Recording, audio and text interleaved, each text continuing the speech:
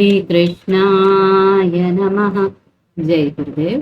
वसुदेवसुतं देवं कंसचाणूरमर्दनं देवकी परमानन्दं कृष्णं वन्दे जगद्गुरुम्।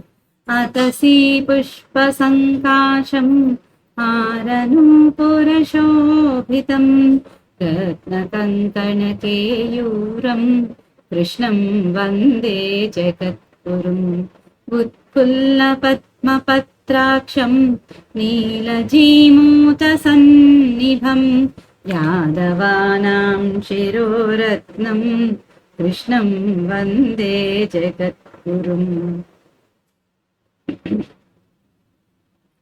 मन्दारगन्धसंयुक्तं चारुहासं चतुर्भुजं बर्हिपिञ्चावचूडाङ्गं कृष्णं वन्दे जगद्गुरुम्।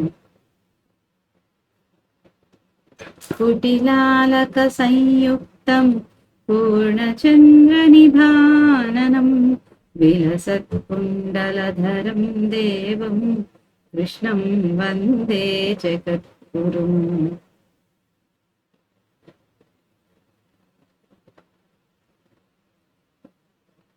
गोपिकानां कुचद्वन्द्व कुङ्कुमाङ्कितवक्षसं श्रीनिकेतं महेश्वासं कृष्णं वन्दे जगद्गुरुम्। रुक्मिणीकेलिसंयुक्तं पीताम्बरसुशोभितम् अवाप्ततुलसीगन्धं कृष्णं वन्दे जगद्गुरुम्। गोपिकानां कुचद्वन्द्व कुङ्कुमाङ्कितवक्षसं श्रीनिकेतं महेश्वासं कृष्णं वन्दे जगद्गुरुम्। श्रीवत्साङ्कं महोरस्कं वनमाला विराजितं शङ्खचक्रधरं देवं कृष्णं वन्दे जगद्गुरुम्। कृष्णाष्टकमिदं पुण्यं प्रातरुद्धाय यः पठेत् कोटिजन्म कृतं पापं स्मरणेन विनश्यति। జై గురుదేవ్. జై గురుదేవ్ అండి అందరికీ. ఈ రోజు మనం శ్రీమదాంధ్ర మహాభారతంలో ఆది పర్వము షష్ఠాశ్వాసంలో ఉన్నాము.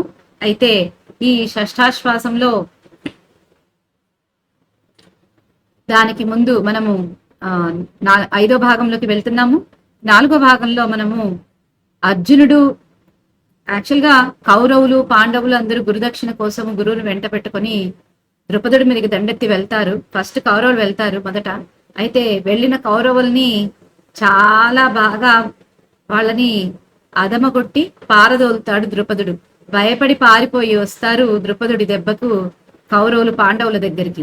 అప్పుడు అర్జునుడు వెళ్తానని గురువు దగ్గర అనుమతి తీసుకొని గురువుకు అన్నగారికి నమస్కారం చేసుకొని భీముడిని ముందర పెట్టుకొని నకుల సహదేవుల్ని తన చక్రాలకి రక్షకులుగా పెట్టుకొని వెళ్తాడు ముందుకి. అప్పుడు ఏం జరుగుతుంది? ద్రుపదుడు ఎదురు పడతాడు యముడిలాగా అర్జునుడిని. ఇక ముందు ఏం జరుగుతుందో చూద్దాం. 86 పరమాస్త్రైక విశారదుల్ బలయుతుల్ పాంచాల కౌంతేయులొండరులన్ మార్కొని ఏయునప్పుడు తదీయోగ్రాజిరంగంబు దుస్తర నీరంధ్ర నిశాత సాయక తమస్సంచన్నమైనంబరస్పర యుద్ధంబులు దక్కి యోధులు నిశాభ్రాంతాత్ములైరచ్చటన్. తాత్పర్యం: అస్త్ర విద్యలో పండితులు బలవంతులు అయిన ద్రుపదపార్థులు ఒకరినొకరు ఎదుర్కొని బాణాలు ప్రయోగించుకునేటప్పుడు భయంకరమైన వాళ్ల యుద్ధభూమి దాటరాని దట్టమైన వాడి బాణాలతో కప్పబడి చీకటిమయం కాగా అచ్చటి వీరులు ఒకరితో ఒకరు పోరాడటం మాని రాత్రి అయిందని భ్రాంతి పడ్డారు. ఇక్కడ ఏం చెప్తున్నారు? అస్త్ర విద్యలో బలవంతులు ఇద్దరు, ద్రుపదుడు అర్జునుడు, ఇంకా పండితులు కూడా అంతగా వాళ్ళు నిష్ణాతం నైపుణ్యాన్ని పొందినటువంటి వాళ్ళు. ఇక వాళ్ళు ఒకరినొకరు ఎదుర్కొని బాణాలు ప్రయోగించుకునేటప్పుడు భయంకరమైనటువంటి యుద్ధభూమి ఎలా భయంకరంగా ఉందట. ఆ యుద్ధభూమి అంతా దాటరాని దట్టమైన వాడి బాణాలతో కప్పబడిపోయిందంట. అసలు వాళ్ళకి చీకటిలాగా అనిపించేసిందట. రాత్రి అయిపోయిందేమో అని భటులు ఒకరికొకరు అంటే పరస్పరం యుద్ధ భూమిలో ఉంటారు కదా, వాళ్ళందరూ కూడా ఒకరితో ఒకరు పోరాడుకోవడం మానేసి రాత్రి అయిపోయిందేమో అని భ్రాంతి పడ్డారట వాళ్ళు. విశేషం అలంకారం భ్రాంతిమంతం. అర్జునుడు ద్రుపదం బట్టి కట్టి తెచ్చుట. వచనం 87. అట్టి మహాద్వంద్వ యుద్ధంబున విజిగీషుండై పాంచాలుండు పాండవ మధ్యముదనర్మధ్యంబు భగ్నంబుగానొక్క బాణంబున నేసియాచిన నలిగి వాసవసుతుండద్యుతాసి హస్తుండై శైలస్థలంబు మీదికి లంఘించు కొదమ సింగంబునుంబోలె ద్రుపదు రథంబు మీదికి లంఘించి వాని బట్టి కొనిన దత్సైన్యంబు హాహాకారంబుల సంగ మహాణవంబునుంబోలె మ్రోయుచుండెనంత. తాత్పర్యం: ఆ గొప్ప ద్వంద్వ యుద్ధంలో జయించాలన్న కోరిక మిక్కుటంగా కలవాడై ద్రుపదుడు అర్జునుని విల్లు నడిమి భాగం విరిగేటట్లు ఒక్క బాణం వేసి పెద్దగా అరిచాడు. అందుకు అర్జునుడు ఆగ్రహించి చేత కత్తినెత్తుకుని కొండ మీద దూకే కొదమసింహం వలె ద్రుపదుని రథం మీదికి దూకి ఎగిరి అతన్ని పట్టుకున్నాడు. అప్పుడు ద్రుపదుని సైన్యం పెద్ద హాహాకారాలతో మహాసముద్రం వలె ఘోషిస్తూ ఉండింది. ఇంకా ద్వంద్వ యుద్ధం కదా, వీళ్ళిద్దరూ చేస్తున్న ద్రుపదుడు అర్జునుడికి మధ్యలో జరుగుతున్నది. అయితే ఒకరినొకరు జయించాలన్న కోరిక మిక్కుటంగా ఉంది.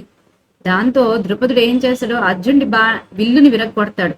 అంటే సగభాగం విరిగేటట్లు ఒక బాణం పెద్దగా వేసి అరిచారట. అర్జునుడికి ఎంత కోపం వచ్చేస్తుందంటే చేతిలో ఉన్న ధనస్సును వదిలేసి ఇంకొక చేతిలో కత్తిని ఎత్తుకొని ఒక్కసారిగా కొండ మీదికి కొదమసింహం ఎలా దూకుతుందో అలాగా ద్రుపదుడి యొక్క రథం మీదికి ఎగిరి దూకి ద్రుపదుడిని పట్టుకున్నాడట. అప్పుడు ద్రుపదుడి సైన్యం ఒక్కసారిగా ద్రుపదుడిని పట్టుకోగానే హాహాకారాలు చేస్తుందట. మహాసముద్రం వలె ఘోషిస్తూ ఉండిపోయారట వాళ్ళు. విశేషం అలంకారం ఉపమ. 88. ప్రక్షీణ దర్పు ద్రుపదరక్షాథముతో గట్టి తెచ్చి అర్జునుడు క్రియాదక్షుండై గురునకు గురు దక్షిణగానిచ్చి చేసెదత్ సమ్మదమున్. తాత్పర్యం: అర్జునుడు కార్యసాధన సమర్థుడై గర్వం కోల్పోయిన ద్రుపదుడిని తేరి ఇరుసుకు కట్టి తెచ్చి గురుదక్షిణగా ఇచ్చి ద్రోణాచార్యుని సంతోషపెట్టాడు. అర్జునుడు కార్యసాధనలో సమర్థుడైనటువంటి వాడు. అందుకే ఏం చేస్తాడు, గర్వం కోల్పోతాడు. ద్రుపదుడికి ఒక్కసారిగా షాక్ అయినట్టు అయిపోతుంది. ఆయనకి ఆవక్కాయ అయిపోయి ఆయన అలా ఉండిపోయే లోపలికి, ఆయన తేరుకునే లోపలికే ద్రుపదుడిని తీసుకొని ఇరుసుకు కట్టేసుకుని మరీ లాక్కొని తీసుకువచ్చి గురుదక్షిణగా ద్రోణాచార్యుడు ముందు పెట్టి గురుదేవుని సంతోష పెడతాడు అర్జునుడు. విశేషం: అక్షర రమ్యతలో అనురణ ధ్వనికి ఉపకరణంగా వాడే నన్నయ్య రచనా శిల్పంలో ఒక మెలకువ ఈ పద్యంలో ఉన్నది.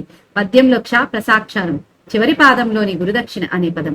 ఈ పద్యంలో ఆయువు పట్టు, గురుదక్షిణకు గౌరవాన్ని కలిగించే క్షకార ప్రాస అనురణన సౌందర్యాన్ని కలిగిస్తున్నది.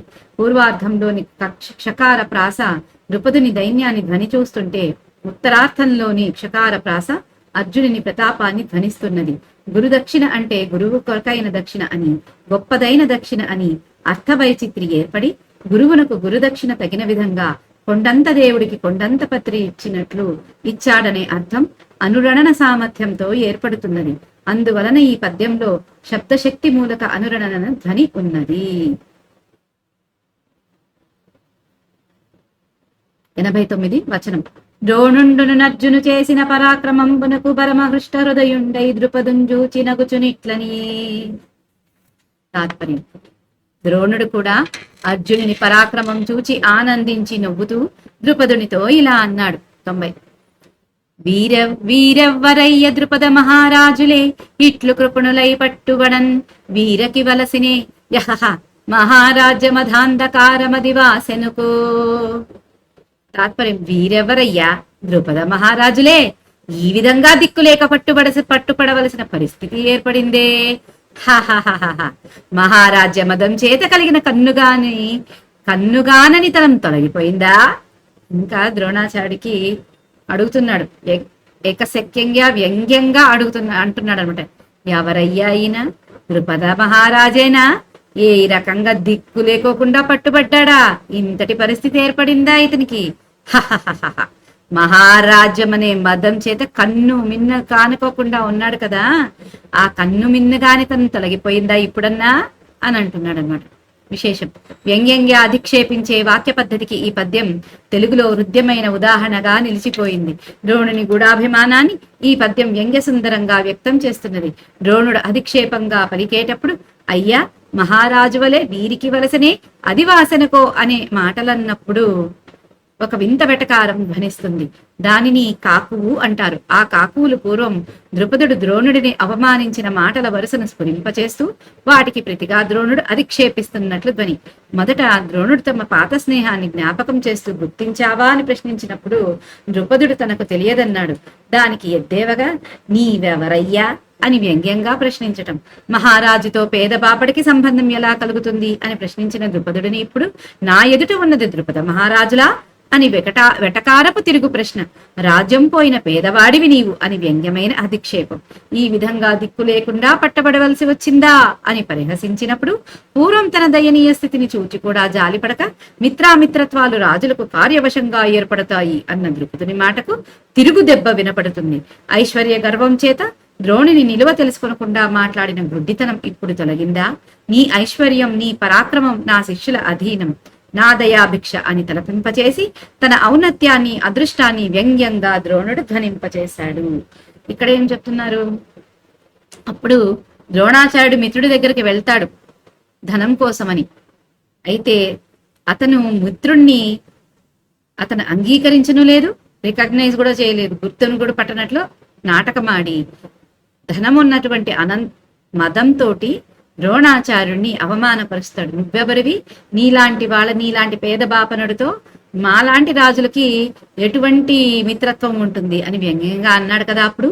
అందుకని ఇప్పుడు దానికి తిరుగుగా నువ్వెవరయ్యా, అయినా మహారాజుతో పేద బ్రాహ్మణుడికి సంబంధం ఎలా కడుగుతుంది అన్నట్లు ఆయన ఇప్పుడు ఆ మాటలు అడుగుతున్నాడు అనమాట. అయినా ఈ రకంగా దిక్కు లేకుండా పట్టబడవలసి వచ్చిందా అని పరిహసించాడు. దాంతో అంతకు ముందు ఆయన దయనీయ స్థితిని చూచి కూడా జాలి పడకుండా ఇలా మాట్లాడాడు కదా అనే ద్రుపదుడి మాటకు తిరుగుదెబ్బ ఈ సంభాషణలో వినపడుతుంది.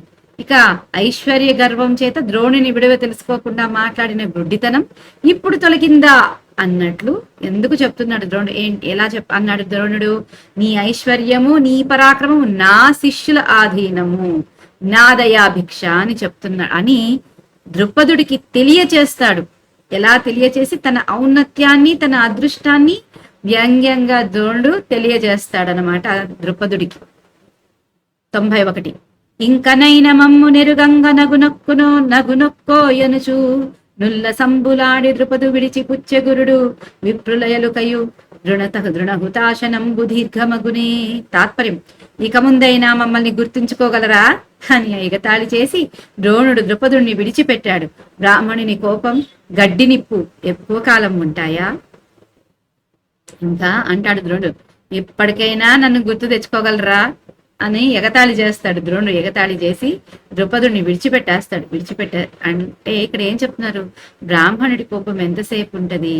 గడ్డి ఎంతసేపు కాలుతుంది? నిమిషంలో కాలిపోతుంది. అలాగే బ్రాహ్మణుడి కోపం కూడా అంతసేపే, ఎక్కువ ఉండదు అని చెప్తున్నారు ఇక్కడ. విశేషం అలంకారం, అర్థాంతరన్యాసం. ఇప్పటికైనా నన్ను ఎప్పుడూ గుర్తుంచుకుంటావా అనే కాకు వలన కలిగే అధిక్షేపార్థం ద్రుపదునికి గుండెలో ములుకు వలె కలకాలం గుర్తుంటుంది. చేసిన స్నేహాన్ని మరిచే వారికి తగిన వాంగ్మయాస్త్రం ద్రోణుని అధిక్షేపోక్తి. భీమార్జునుడు ద్రుపదునితో యుద్ధం చేసిన ఘట్టంలో దాదాపు ప్రతి పద్యంలోనూ అలంకార ప్రయోగం చేశాడు నన్నయ్య. పదార్థాలను ప్రసన్నం చేయటానికి అర్థాలంకార ప్రయోగం కూడా అర్థయోజన శిల్పంలో ఒక భాగం. 92 వచనం. ధృతరాష్ట్రుడు యుధిష్ఠిరుని యవరాజ్యాభిషక్తుని చేయుట.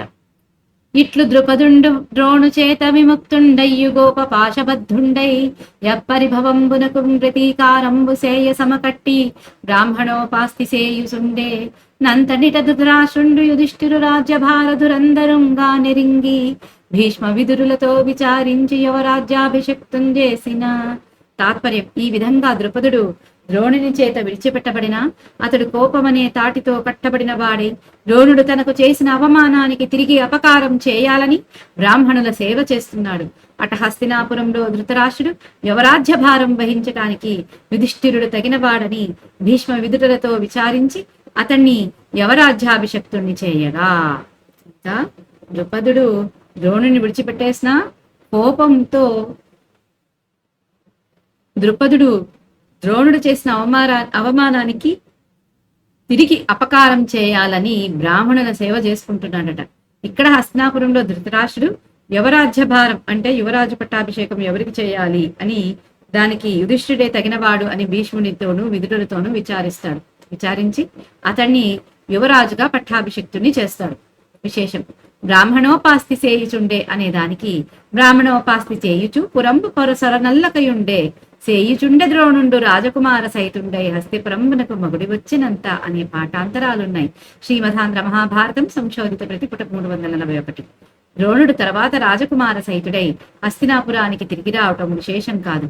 కాని ద్రుపబుద్ధుడు అవమానాన్ని భరించలేక బ్రాహ్మణోపాస్తి చేస్తూ తన పురం సొరనల్లకుండటం విశేషం. ద్రోణుడు రాజకుమారులతో హస్తినాపురానికి తిరిగి రావటం విశేషం కాదు. కానీ ద్రుపదుడు అవమానాన్ని భరించలేక బ్రాహ్మణుల సేవ చేసుకుంటున్నాడు తన నగరాన్ని వదలకుండా అని చెప్పి చెప్తున్నారు. 93. నలుగురు దమ్ములున్ బలిమి నాలుగు దిక్కులు నోచి సర్వభూతలమున రాజనందనుల దర్పమడంచుచు భూరి వస్తురాసులు గొని వచ్చి గొని విశుద్ధ యశోనిధి యొప్పె ధర్మజుండలగుడు యోగరాజ్యయుతుడయ్యును బెంపున సార్వభౌముడై. తాత్పర్యం: నలుగురు తమ్ములు తమ బలంతో 4 దిక్కులు జయించి భూమి మీద రాకుమారులందరి పొగరణచి ఎంతో విలువైన పదార్థరాశులను తెచ్చియ్యగా వాటిని గ్రహించి స్వచ్ఛమైన కీర్తితో గొప్పవాడైన ధర్మరాజు యువరాజే అయిన చక్రవర్తి వలె వెలిగాడు. ఇక తమ నలుగురు తమ్ముళ్ళు తమ యొక్క బలాలతో 4 దిక్కుల్ని జయించుకొని భూమి మీద రాకుమారులందరి పొగరును అణచేసి ఎంతో విలువైన పదార్థాలను రాశులుగా తెచ్చిస్తే వాటిని గ్రహించి స్వచ్ఛమైన కీర్తితో గొప్పవాడైన ధర్మరాజు యువరాజైనా సరే చక్రవర్తిలాగా వెలిగాడట. విశేషం అలంకారం కావ్యలింగం. సమర్థనీయస్యార్థస్య కావ్యలింగం సమర్థనం. ధర్మరాజు పదవిలో యువరాజైన మహిమలో సార్వభౌముడు. తమ్ములు నలుదిక్కుల రాజులను జయించి సంపదలు తెచ్చి అతని ఆధీనం చేయటం వలన ఇతడు సార్వభౌముడనే భావం సమర్థనీయమైనది. ఇక్కడ ధర్మరాజుని నాయకత్వంతో పాటు భీమాదుల అనునాయకత్వం కూడా వస్తుంది. భీమాదుల వీరవృత్తాలన్నీ ధర్మరాజుని ధర్మవీర ప్రవృత్తికి పోషకాలే, అంగిని పోషించే అంగాలే అని తాత్పర్యం.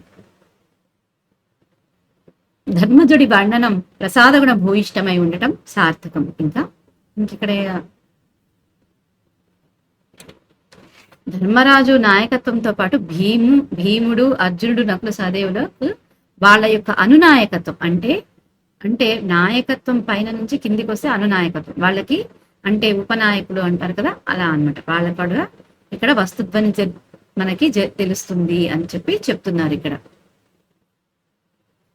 ఇక్కడ భీముడు వీళ్ళందరూ కూడా చేసిన వీళ్ళ యొక్క వీరగాథలన్నీ కూడా ధర్మరాజు యొక్క ధర్మవీర ప్రవృత్తికి పోషకాలే. ఎందుకంటే ధర్మరాజు వీరుడు కూడా, అలా అని ఆయన వీరుడు కాదని అనుకోవడం మనకు తగదు. 95. బద్ధ పరంపర నొప్పె మధోత్త గజతర రథ తురంగ యుద్ధముల గదా యుద్ధముల చూడ నిందు ప్రసిద్ధుడు మధ్యముడయను విశిష్ట స్తవముల్. తాత్పర్యం: గజరథాశ్వ యుద్ధాలలో, గదాయుద్ధంలో దేనిలోనైనా కుంతీపుత్రులలో నడిమివాడైన భీముడే పేరుకెక్కినాడన్న పొగడ్తలు పరంపరగా వ్యాపించాయి. ఇంకా గజరథాశ్వ యుద్ధాలలో అంటే ఏనుగుతోటి, రథాలతోటి, అశ్వయుద్ధాలతోటి, గదాయుద్ధంలోనూ వీటన్నిట్లో కూడా కుంతీపుత్రుల్లో 2వ వాడైన భీముడే పేరుకెక్కాడు అన్న పొగడ్తలు అన్ని చోట్ల వ్యాపించాయట. 96. అనుపమ కార్ముకాది వివిధాయుధ విద్యలందు గోవిందుడనగ నజయుడై పరగు నజ్జును బోలగా నన్యులెందులేరను జనఘోషముచ్చరితమయ్యే మరుచ్చలితోచ్చ వీచి నిస్వన ముఖరాబ్ధివేష్టిత విశాల మహీవలయాంతరంబునన్. తాత్పర్యం: ధనుర్విద్య మొదలుగా వివిధాలైన ఆయుధ విద్యలలో పండితుడై అజేయుడైన అర్జునునితో పోల్చటానికి ఇతరులెక్కడా లేరనే జనఘోష భూమండలంలో అంతటా మీదికి ఎగిసింది. ధనుర్విద్య మొదలుగా రకరకాలైన ఆయుధ విద్యల్లో పండితుడైన వాడు, అజేయుడైన వాడు అర్జునుడితో పోల్చడానికి వేరే వీరులు లేరు అనే జనఘోష భూమండలంలో అంతా వ్యాపించిందట. విశేషం ప్రసాదగుణ విశిష్టమైన ఓజోగుణం ఈ రచనలో అర్జునుడి అనంత కీర్తిని ధ్వనింపచేస్తున్నది. ధర్మజుడిని అర్జునుడిని చంపకమాలలో వర్ణించటం, భీముడిని కవలను కందపద్యాలలో వర్ణించటం, నన్నయ్య చిందశిల్పం ద్వారా ప్రదర్శిస్తున్న పాత్రల కీర్తుల తారతమ్యానుశీలనం, అక్షర రమ్యాలైన ఛందస్సులను కూడా వ్యంజకాలుగా నిబంధించే నన్నయ్య రుచిరార్థ సూక్తి నిధిత్వం పాండవ వర్ణనంలో ప్రౌఢంగా ప్రదర్శించబడింది. 97 యములమిత శౌర్యులరి నృపయముల అమల చరిత్ర ఇంకోసారండి. యములమిత శౌర్యులరి నృపయములమల చరిత్ర నిరతులనగా నత్యుత్తమ భక్తి నన్నలకు వినయము మెరయుచు నుండి రధికులై బహుకళలన్. తాత్పర్యం: నకుల సహదేవులు మిక్కిలి బలపరాక్రమం కలవాళ్ళు, శత్రురాజులకు యమధర్మరాజు లాంటి వాళ్ళు, స్వచ్ఛమైన గడబడిక కలవాళ్ళు అనే పేరు పొంది అనేక విద్యలలో ఆరితేరి అత్యుత్తమ భక్తితో అన్నల పట్ల వినయం చూపుతున్నారు. ఇక నకుల సహదేవులు కూడా తక్కువైన వాళ్ళు కూడా తక్కువ కాదు, వాళ్ళు కూడా ఎంతో పరాక్రమం కలిగిన వాళ్ళట. వాళ్ళు శత్రురాజులకు యమధర్మరాజు లాంటి వాళ్ళట. వాళ్ళు స్వచ్ఛమైన నడవడిక కలిగినటువంటి వాళ్ళట నకుల సహదేవులు ఇద్దరు. అలాగా వాళ్ళు పేరు పొంది ఎంతో ఆరితేరి అనేక విద్యల్లో అత్యుత్తమమైన భక్తితో అన్నల పట్ల ఎంతో వినయంగా ఉన్నారట వాళ్ళు. 98 భారద్వాజుండర్జునునకు బ్రహ్మశిరో నామక దివ్య బాణం వసకుట ఇట్లు పాండు కుమారుల పారగుణంబుల నెల్లవారికి నారాజులై పరుగుచున్ననందు ధనుర్విద్య నర్జును దృఢముష్టిలాఘవ లక్ష వేదిత్వ ధూరాపాతజిత శ్రమత్వంబులకు నసిగదా శక్తితో మరాది ప్రహణ ప్రవీణతక కుంభర మహీపాలమ పరాజయోత్పాదన పరాక్రమంబునకు ధనవలని భక్తి స్నేహంబులకు మెచ్చి భారద్వాజుండు వానికి బ్రహ్మశిరంబను దివ్యన బాణంబు సప్రయోగ నివర్తనంబుగా నుంచి ఇట్లనియే. తాత్పర్యం: ఈ విధంగా పాండవులు అంతులేని మంచి గుణాలతో అందరికీ పూజ్యులై ప్రవర్తిల్లుతుండగా వారిలో అర్జునుని యొక్క పిడికిలి బిగువుకు, వేగానికి, గురికొట్టే నేర్పుకు, దూరాన పడేటట్లు ప్రయోగించే సామర్థ్యానికి, అలసట లేని తనానికి, కత్తి, గద, బల్లెం, చిల్లకోల మొదలైన ఆయుధ విద్యలలో ఆర్జించుకున్న ప్రావీణ్యానికి, శత్రురాజుల జయింపగల పరాక్రమానికి, తన పట్ల చూపుతున్న భక్తి ప్రేమలకు మెచ్చి ద్రోణాచార్యుడు బ్రహ్మశిరమనే పేరు కల దివ్యాస్త్రాన్ని ప్రయోగోపసంహారాలతో ఉపదేశించి ఇచ్చి ఇట్లా అన్నాడు. ఇలా పాండవులు అంతులేని మంచి గుణాలతో అందరికీ పూజ్యులై నడుచుకుంటున్నారట.